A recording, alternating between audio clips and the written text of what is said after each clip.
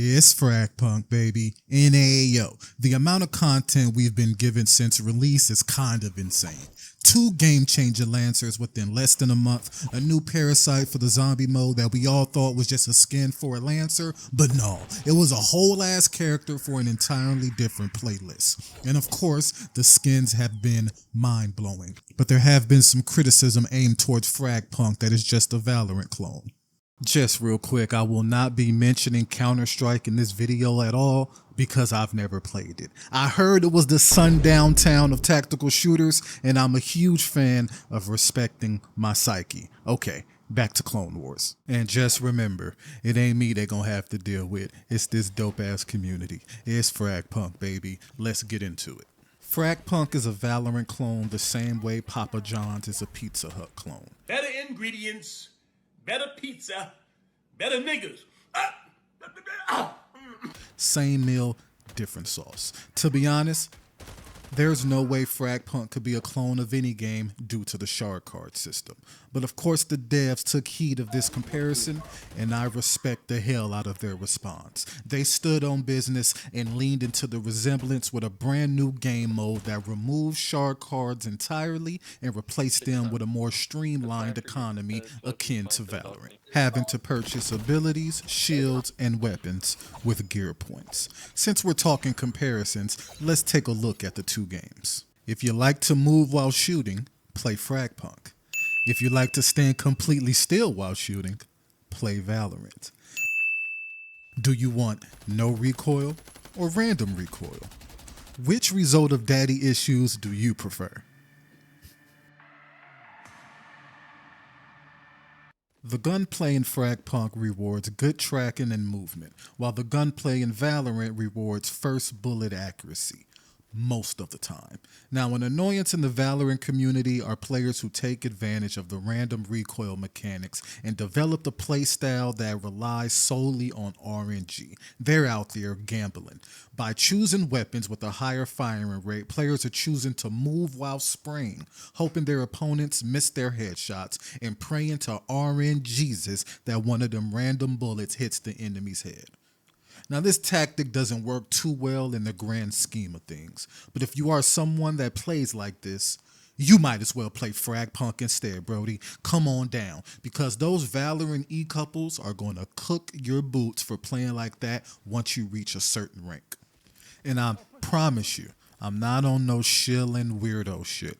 I'm not screaming, fuck their game, play my game. I'm simply saying it's counterproductive to adopt a playstyle that's prevalent in one game and use it in a game where that playstyle is going to sandbag your progression.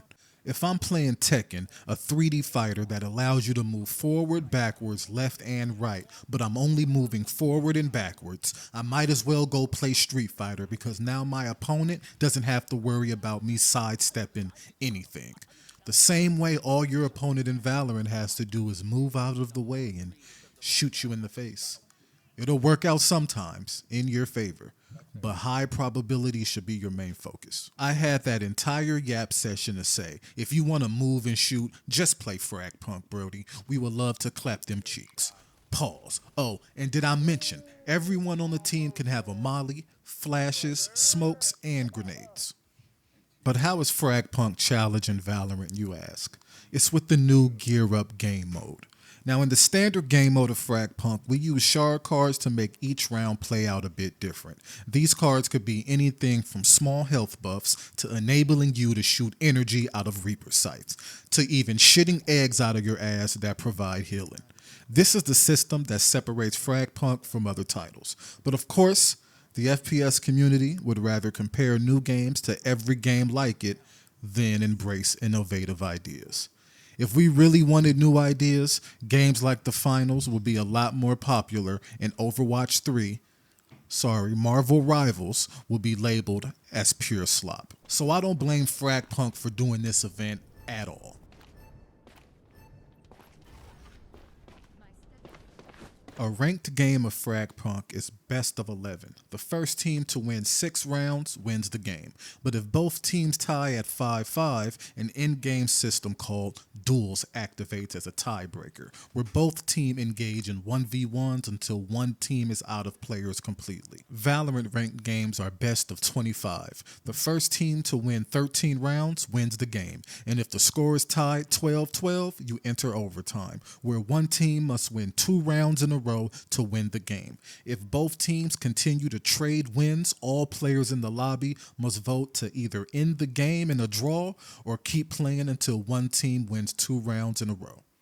I don't know about y'all, but the latter sounds exhausting as fuck. Let me know what you think in the comments.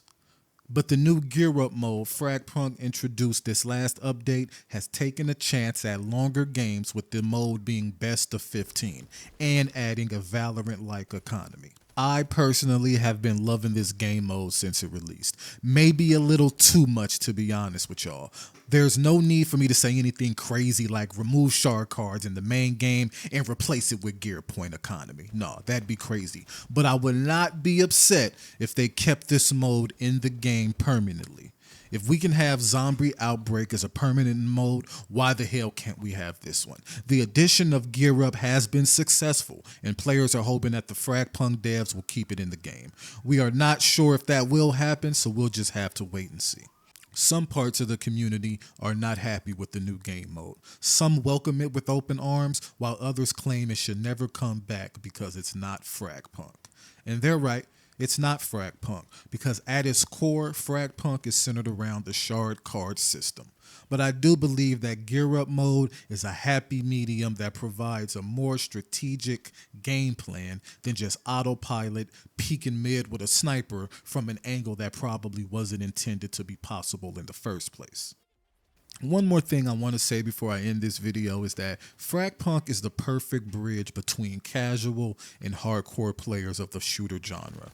There's a place in the community for the sweats and a place for the casuals. You guys might bump heads sometimes due to the different ideologies both have within the game, but at the end of the day, it's Fragpunk, baby. And hey, yo, I hope any Valorant player that happens to watch this video gives the new game mode a try and shares their feedback. It's Fragpunk, baby. I'll holla at y'all on the next one. Valorant is just Counter-Strike for niggas who couldn't sit still in class. Goodbye.